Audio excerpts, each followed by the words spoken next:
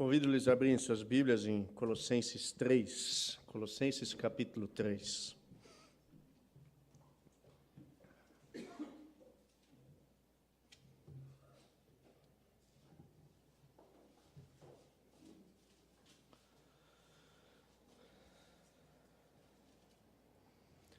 Versículo 8.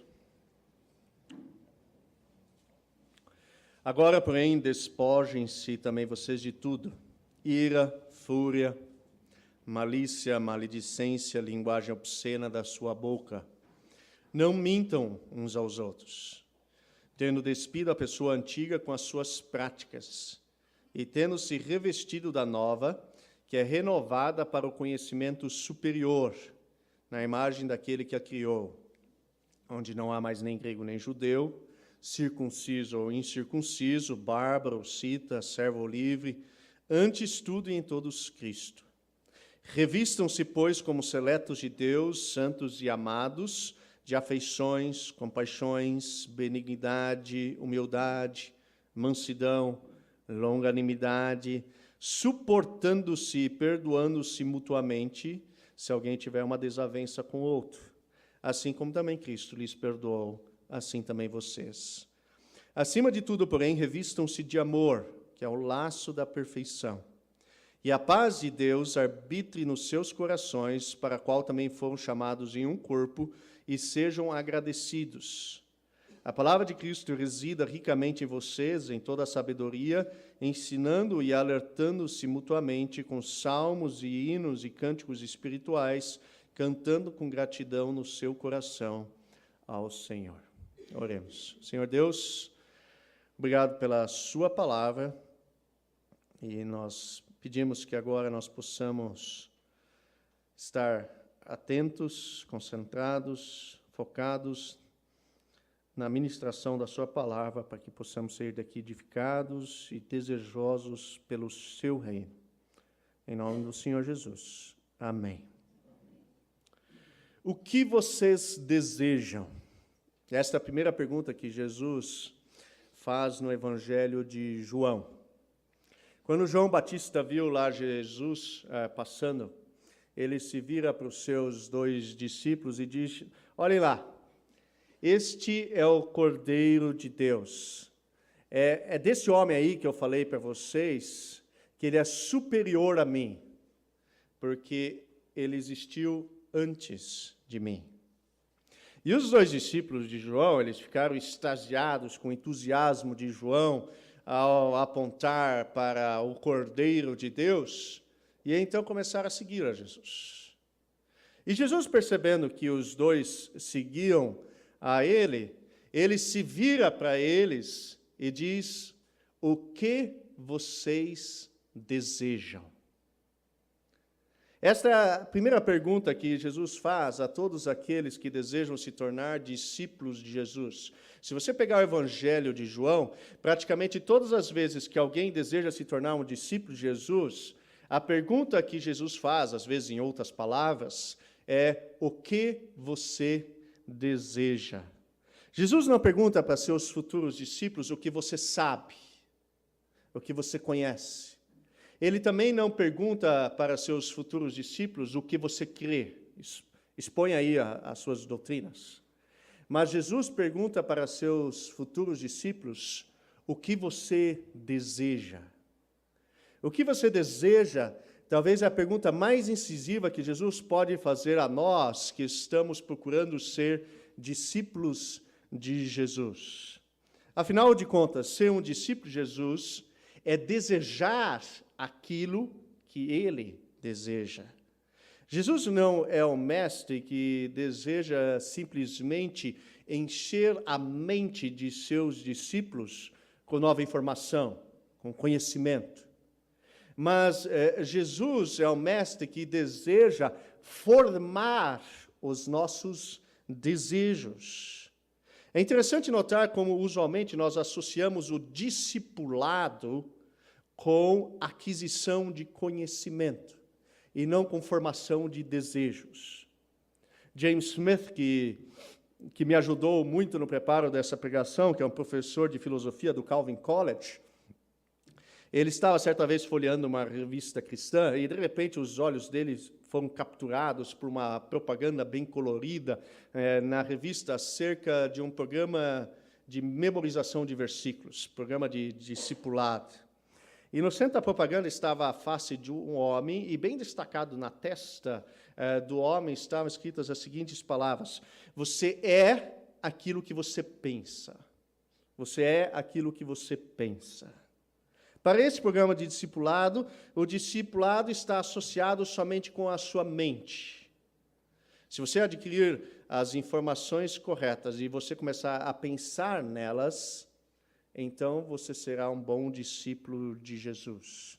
Ou seja, ser um discípulo de Jesus é conhecer as coisas certas e pensar nas coisas certas.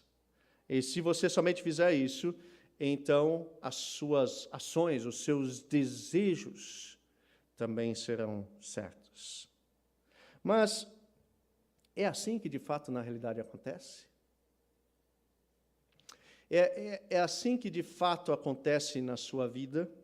Você sai daqui, de repente, no domingo e acabou de ouvir um sermão formidável, obteve informações novas, e na segunda-feira você chega e pratica exatamente aquilo que você ouviu, não é verdade?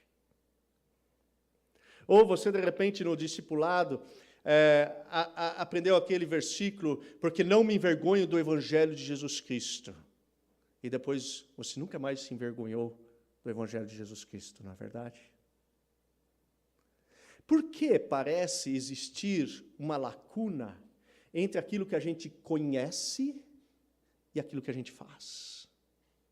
Por que parece que existe uma diferença tão grande entre aquilo que a gente crê e os nossos desejos, aquilo que a gente faz? Parece que o problema não é que nós nos esquecemos de algo, nem o problema é que nós precisamos adquirir conhecimento novo, mas o problema é que nós pensamos que o discipulado está somente a adquirir novos conhecimentos e não formar os nossos desejos. Note que eu não estou falando que o conhecimento não é bom, que não é bom adquirir conhecimento bom. De fato, aquilo que nós estamos fazendo aqui agora é exatamente isso, procurando adquirir conhecimento bom. É óbvio que o discipulado está relacionado à nossa mente, nós acabamos de ver com Peterson isso muito bem. Paulo destaca que nós devemos ser transformados pela renovação da nossa mente, através de nossa imersão na palavra de Cristo. Entretanto, na frase antecedente, ele diz que nós devemos oferecer os nossos corpos ao Senhor. Ou seja, Paulo conecta a formação de nossos corpos, a formação de nossos desejos, com a renovação de nossas mentes. Você precisa reconhecer que o conhecimento daquilo que é bom não é suficiente para você ser um bom discípulo de Jesus. Reconhecer os limites do conhecimento não é abraçar a ignorância. Nós não precisamos menos que conhecimento, mas nós precisamos mais que conhecimento. Nós precisamos também formar os nossos desejos. Precisamos reconhecer o poder de nossos desejos. Aquilo que você deseja define aquilo que você é. Você é aquilo que você deseja, pois aquilo que você deseja mostra o seu reino. Mostra para onde você está caminhando. Mostra qual é o final de sua vida. Todos nós estamos na jornada para algum reino. Nós desejamos algum reino. Todos nós temos alguma imagem de algum reino que todos os dias, quando nós acordamos, nós dizemos, eu preciso caminhar um pouco mais em direção a este reino. Talvez você não tenha parado para pensar em qual é o seu reino, mas isso não quer dizer que ele não exista. Todos nós temos algum reino, e de certa forma é muito fácil identificá-lo. Para onde vai a sua mente quando você está só? Quando você não tem nada para fazer? Quando você está lá em sua cama deitado só? Ele vai para uma vida tranquila, numa casa bonita com sua família? Ele vai, a imagem que você tem é para a destruição do seu inimigo? É para ter prazeres com certas mulheres? É para ser reconhecido na rua pelas pessoas? Para você ser considerado belo pelas pessoas que estão ao seu redor? É ser uma pessoa influente em Campo Grande? Ou a sua mente, a sua imaginação vai para o momento em que você estiver diante do trono de Cristo, adorando com a multidão a Cristo, e toda a geração de Campo Grande presente também, a toda a geração atual de Campo Grande presente, adorando com você o Cordeiro de Deus. A imagem que aparece em sua mente quando você está só, quando você não tem nada para fazer, este é o seu reino. É para lá que você caminha todos os dias. É isso que faz você viver o dia a dia. É isso que lhe dá forças para a vida acontecer. Anthony, o autor de Pequeno Príncipe, capturou bem essa sedução que esta imagem nos concede, quando disse: se você quiser construir um navio, não reúna pessoas para coletar madeira, nem comece a designar tarefas para essas pessoas, mas ensine elas a desejar a imensidão interminável do mar. Ou seja, para Anthony, nós, se quiséssemos construir um navio, nós não deveríamos inicialmente começar com leis, mas nós deveríamos pintar a imagem na cabeça das pessoas. A imagem de um navio no mar imenso, interminável. E então, naturalmente, as pessoas iriam acordar todos os dias e derrubar árvores e começar a construir um navio. Porque a imagem possui esse poder de sedução, faz com que nós sejamos seduzidos e caminhemos todos os dias em direção àquele reino que nós temos na imagem. Você é aquilo que você deseja, pois você vive para aquilo que você deseja. As suas ações diárias tendem a se inclinar naturalmente para o seu reino.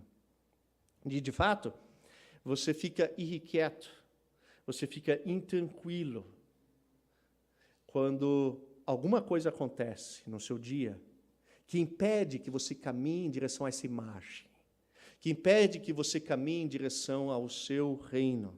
Agostinho, ele dá uma metáfora interessante para nós entendermos essa dinâmica ao dizer: um corpo, pelo seu peso, tende a se mover para o seu lugar apropriado. Agostinho está falando muito tempo antes de Newton, tá?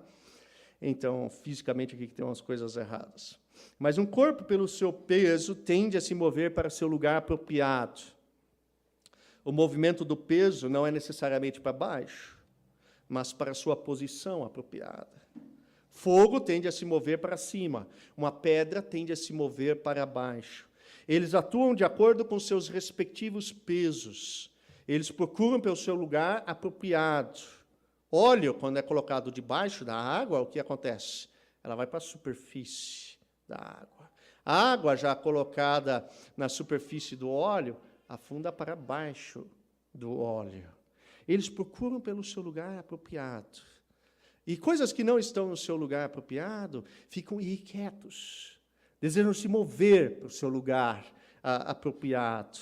Mas uma vez que eles, então, encontram o seu lugar apropriado, elas ficam em paz, tranquilas, quietas. Nós todos sabemos daquilo que Agostinho está falando. Você já pegou uma bola numa piscina e tentou afundá-la? Qual é o desejo da bola quando ela está lá nas profundezas da piscina? É voltar à superfície. Voltar à superfície, de certa forma, para a bola é o seu reino. Ela deseja voltar para lá, com todas as suas forças. E ela fica irrequieta enquanto não volta à superfície. E quando finalmente ela volta à superfície, então ela está tranquila, repouso, em paz. Então, se você é dona de casa, e a imagem que você possui, digamos, no final do dia, é a casa brilhando, a casa toda limpa. Então, sem muito pensar, você vai naturalmente passar o dia trabalhando para que a casa esteja limpa. Qualquer coisa que aparecer durante o dia e lhe impedir de você deixar a casa brilhando no final do dia, vai deixar você irrequieta, intranquila, em guerra. Então, se o seu filho, mesmo que seja sem querer, entrar com sapatos sujos dentro de casa, você vai ter um chilique. Por quê? Porque a imagem que você tem na sua cabeça não é de você tendo um relacionamento respeitoso com o seu filho, mas a imagem que você tem na sua cabeça é da casa brilhando no final do dia. Se a Maria, uma pessoa conhecida, tocar a campainha em sua casa, enquanto você está a todo vapor na faxina de sua casa, você vai ficar irrequieta, você vai perder a tranquilidade. Por quê? Porque a imagem que você possui na sua cabeça é da casa limpa, brilhando, não é da Maria salva. Então, o nosso reino, a imagem que nós possuímos do seu reino, tem esse poder de sedução, e o poder é tal que nós ficamos irrequietos com qualquer coisa que nos impeça de alcançar o reino. Se a imagem que você possui é de ganhar dinheiro, então, sem muito você pensar, você irá trabalhar todos os dias, naturalmente, para ganhar dinheiro. E qualquer coisa que aparecer no seu caminho irá deixar você irrequieto, intranquilo, porque está impedindo de você alcançar o seu reino, a sua imagem. Então, se no domingo é o dia de você descansar, o dia de você santificar ao Senhor, como nós acabamos de cantar, então você não vai gostar muito disso, porque a imagem que você possui não é no sétimo dia descansando e meditando nos caminhos de Deus, mas é de você ganhar dinheiro. Se você, então, tiver que pagar impostos para o governo, você não vai gostar nem um pouco disso, porque o governo está te atrapalhando de ganhar dinheiro. E a imagem que você possui na sua mente não é de obediência civil, mas é de ganhar dinheiro. Assim funciona para qualquer imagem que nós tivermos em nossa mente. Ela possui esse poder magnético, esse poder de nos atrair, esse poder de todos os dias nos levantarmos para fazermos sem pensar coisas para que nós possamos alcançar aquele reino. Esse desejo natural que nós possuímos pelo reino, sem muito pensar nele, nós conhecemos como hábitos. Hábitos são esses desejos, essas inclinações naturais que nos levam a fazer essas coisas sem pensar. Porque nós fomos capturados por essa imagem que nós temos do reino. Hábitos são aquilo que filósofos como Aristóteles dizia ser, são nossa segunda natureza. A nossa primeira natureza é composta pelos nossos sistemas biológicos, do nosso corpo. Os nossos sistemas no corpo funcionam sem nós pensarmos.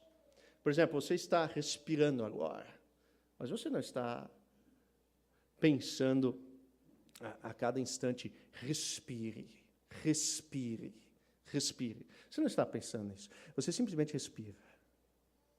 Ou você está piscando os seus olhos agora, mas você não está pensando em sua mente, preciso fechar os meus olhos 24 vezes por minuto para mantê-los umidificados e limpos. Você simplesmente pisca os seus olhos. Isso faz parte de quem você é. A segunda natureza é similar, mas não é a biologia. A segunda natureza são aqueles desejos que estão tão impregnados em você que você realiza as ações sem muito pensar, tal qual piscar os olhos e respirar. Hábitos é exatamente isso. É a nossa segunda natureza. É aquilo que nós fazemos sem pensar, sem meditar. Nós simplesmente vamos lá e fazemos. Por exemplo, quando eu estava aprendendo a dirigir, certa vez eu estava com minha mãe no carro, eu de passageiro, minha mãe de motorista. E eu, então, na ânsia de aprender a tocar as marchas, eu perguntei a ela: mãe, com qual velocidade a senhora vai da primeira para a segunda, da segunda para a terceira, da terceira para a quarta e assim por diante? E ela disse: eu não sei. Ela respondeu: eu não sei, não porque ela não soubesse dirigir, e não porque também ela não soubesse o momento certo de tocar a primeira para a segunda para a terceira para a quarta, mas porque tocar as marchas já era algo que ela fazia sem pensar. Era algo que fazia parte dela, era a segunda natureza dela. E para mim, obviamente, não era um hábito, porque eu precisava pensar em tocar as marchas. E a grande questão é que somente 7% das coisas que nós fazemos durante o dia nós paramos para pensar. O resto é hábito. O resto são coisas que nós fazemos sem pensar, são coisas que estão impregnadas em nós, são coisas que nós fazemos naturalmente, porque queremos chegar naquele reino, aquela imagem que nós construímos. E o grande problema é que boa parte desses hábitos são hábitos maus. São hábitos maus. E Paulo menciona em Colossenses alguns desses hábitos maus. Ele menciona a ira, a indignação, a maldade, a maledicência, a linguagem indecente no falar e mentira. São coisas que fazem parte de nós. Talvez você seja um pai, e quando o seu filho grita ou faz alguma coisa de mal, o que você faz? Você grita. Aquilo é coisa natural para você fazer. Você nem para pensar nisso. Você acha que quando o seu filho faz alguma coisa errada, ou seja lá gritar, murmurar, ou lhe desobedecer, a coisa natural a você fazer é gritar. Isso faz parte de sua segunda natureza. Ou quem sabe, você seja uma pessoa que quando chega em casa, você liga a televisão e ouve toda aquela linguagem indecente da qual Paulo está falando. Você nem para pensar nisso, faz parte de você. O natural para você é entrar em sua casa e ligar a televisão e ouvir aquela linguagem indecente. São coisas que você pratica nova e novamente, repetidas vezes.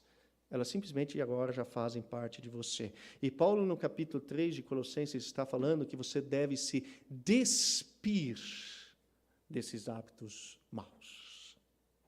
Mas ele diz que não é suficiente simplesmente você ficar nu desses hábitos maus, mas que você precisa se vestir de hábitos bons.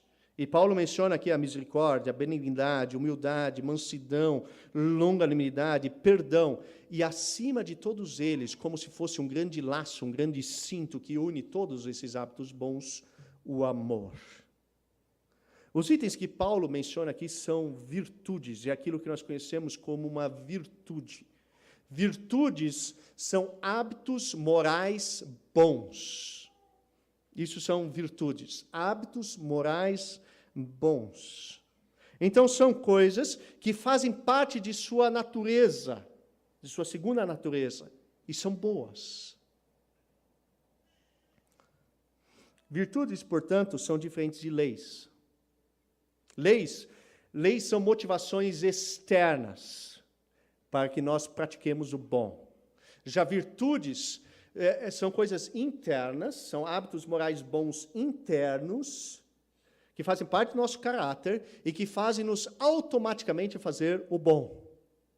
Então, leis e virtudes são coisas diferentes. E, de fato, Tomás de Aquino, ele diz que existe uma relação inversamente proporcional entre lei e virtude. Quanto mais virtuoso você for, menos da lei você vai precisar. E quanto menos virtuoso você for, mais da lei você vai precisar.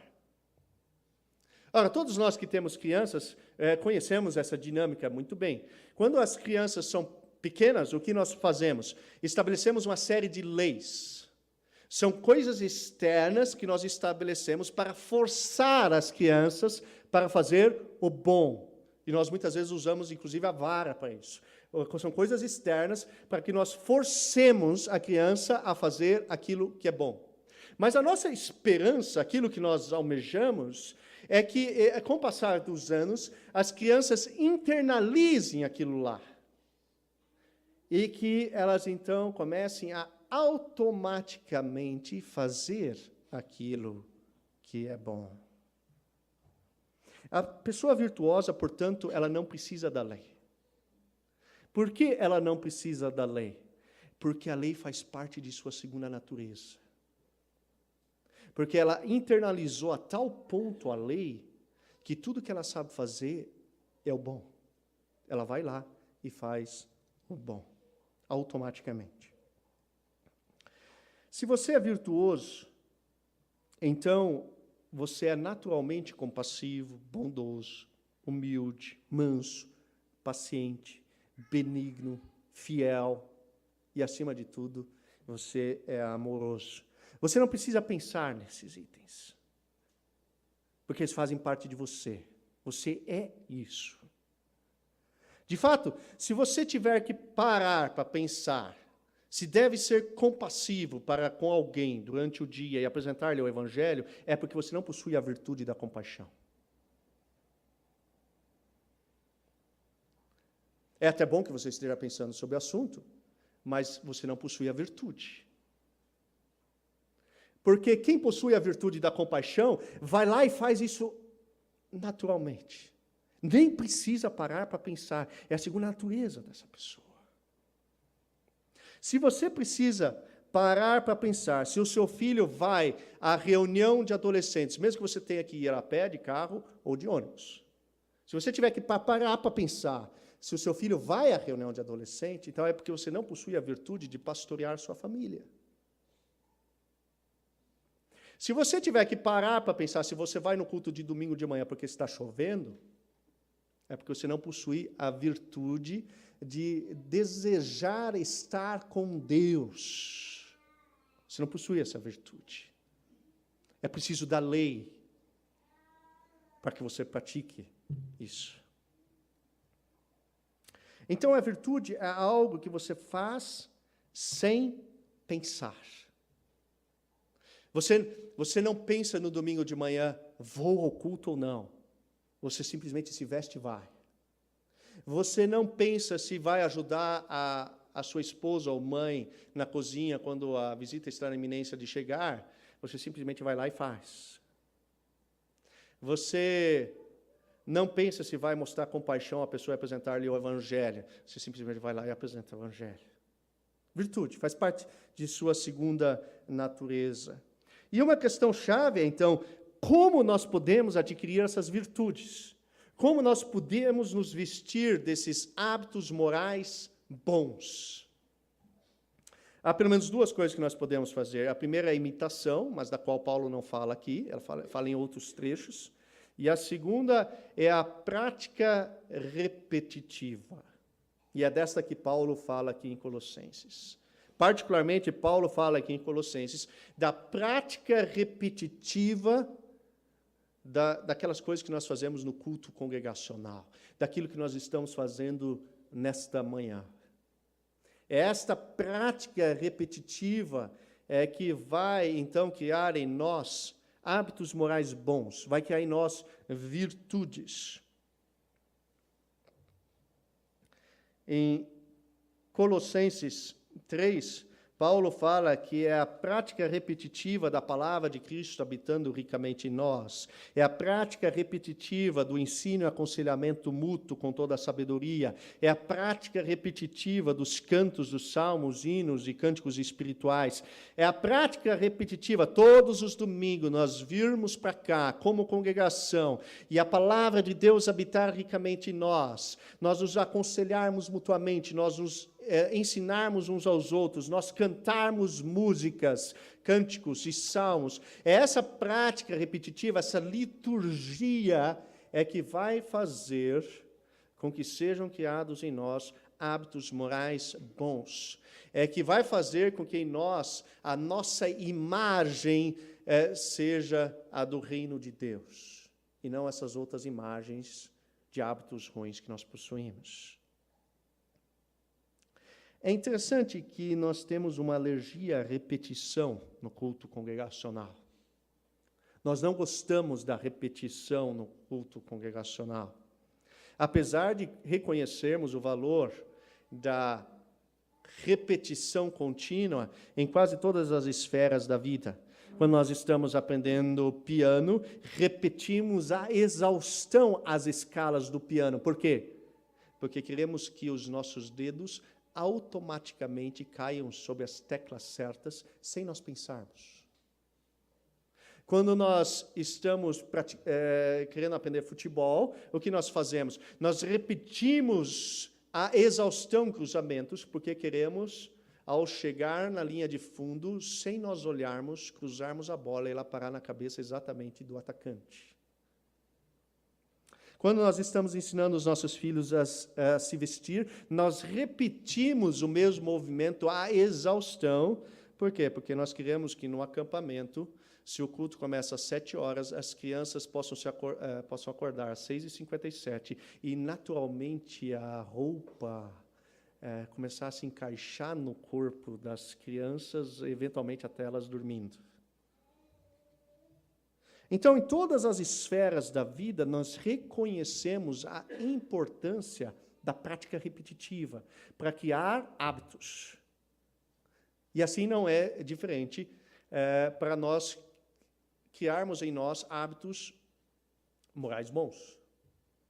Nós precisamos da prática repetitiva. E Paulo destaca aqui, especificamente, a prática repetitiva daquilo que nós fazemos no culto congregacional. Não há formação de desejos, não há formação de virtudes sem a prática repetitiva do culto congregacional.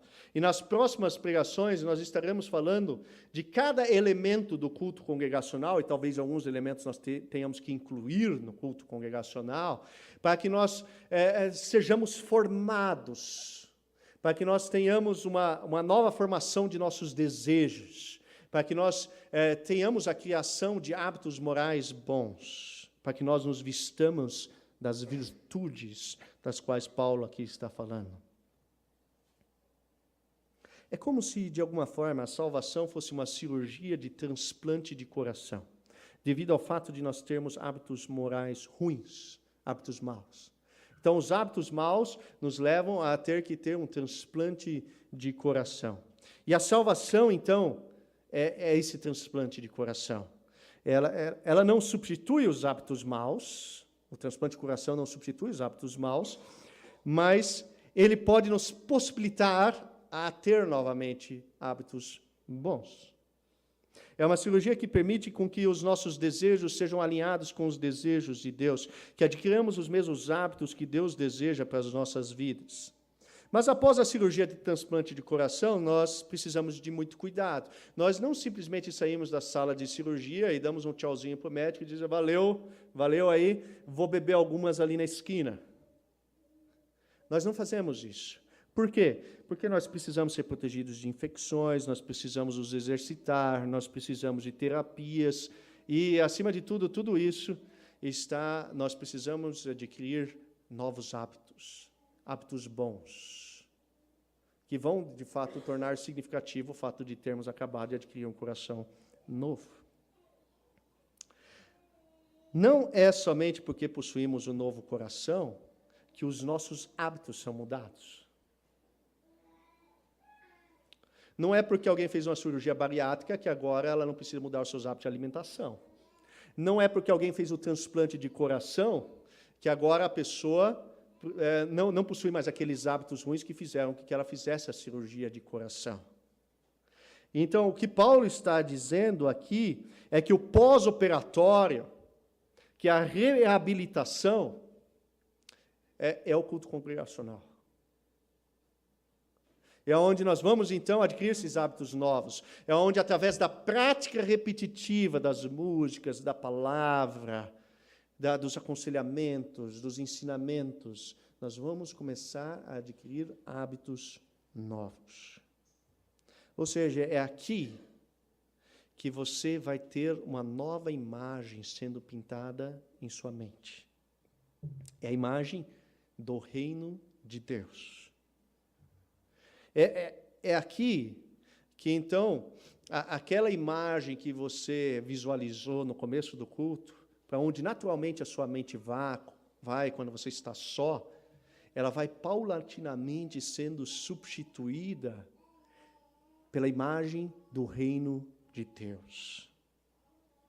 E, com certeza, parte dessa imagem do reino de Deus é você ver a si mesmo diante do trono de Cristo, adorando a Deus no meio de uma multidão, com as 800 mil pessoas de Campo Grande que vivem aqui hoje. Ou seja, se você não possui compaixão para com os moradores de Campo Grande, evangelizando eles todos os dias, naturalmente, sem pensar, é porque você não possui a virtude de compaixão. E aqui no culto congregacional você vai adquirir essa imagem. É aqui que você vai adquirir essa virtude, de tal forma que um dia vai chegar e você vai acordar, e simplesmente a coisa normal a você fazer quando encontrar uma pessoa é você evangelizá-la. E aí o que vai acontecer é que nós vamos facilmente sair de uma centena de pessoas para milhares de pessoas. Nós hoje não somos milhares porque nós não temos a virtude da compaixão. Foi isso que aconteceu com Hudson Taylor. Quando Hudson Taylor, lembra que eu contei a história que ele dormia com o mapa da China diante de si? Quer dizer, a mente dele, naturalmente, quando ele estava só, doente, acho que por 2 anos ele ficou na Inglaterra, doente, deitado, a imagem que via a mente dele, quando ele estava lá só, era a China salva. E ele conseguiu colocar essa imagem na mente das pessoas que estavam com ele. E no final de sua vida, 18 mil chineses estavam salvos. Pode ser que nós não alcancemos os 800 mil, mas eu tenho certeza que de 100 para 18 mil há uma grande diferença. O que você deseja? Essa é a pergunta que Jesus lhe faz. Nós nos gabamos muitas vezes de conhecer, de termos doutrinas boas, doutrinas melhores que as outras igrejas. Mas será que nós podemos nos gabar de desejarmos aquilo que Jesus deseja? O que você deseja? Vamos orar. Senhor Deus, obrigado que o Senhor fez esse transplante de nosso coração. Nós só tínhamos hábitos maus. E o Senhor colocou em nós um coração novo, que agora nos possibilita de termos hábitos bons, virtudes, da qual a mais preciosa é o amor. E, Senhor, nós reconhecemos que muitas vezes ainda nós temos aquela imagem dos reinos, que não é o reino do Senhor. Nós vamos dormir pensando nesses outros reinos. Nós acordamos com desejo profundo de alcançar esses outros reinos e não o reino de Deus. Senhor, nós sabemos da importância daquilo que nós estamos fazendo agora também, para que nós possamos capturar essa imagem nova, essa imagem do seu reino. E, Senhor, cria em nós esse desejo pelo Senhor, esse desejo pelo seu reino, esse desejo por ter esses hábitos morais bons. Sonda o nosso coração para que nós possamos, e mostre em nós onde nós temos aqueles hábitos morais ruins que têm nos impedido de caminhar na direção do seu reino, e que possamos retirar, nos despir desses hábitos ruins e nos vestirmos dos hábitos bons. Senhor, pedimos perdão por isso. E de fato nós queremos que através das nossas práticas repetitivas no culto congregacional, nós possamos nos aproximar mais, cada vez, no seu reino. E de irmos dormir pensando no seu reino. Que o Senhor possa nos abençoar nessa tarefa. Em nome do Senhor Jesus. Amém. Convido a todos a ficar em pé para a bênção final.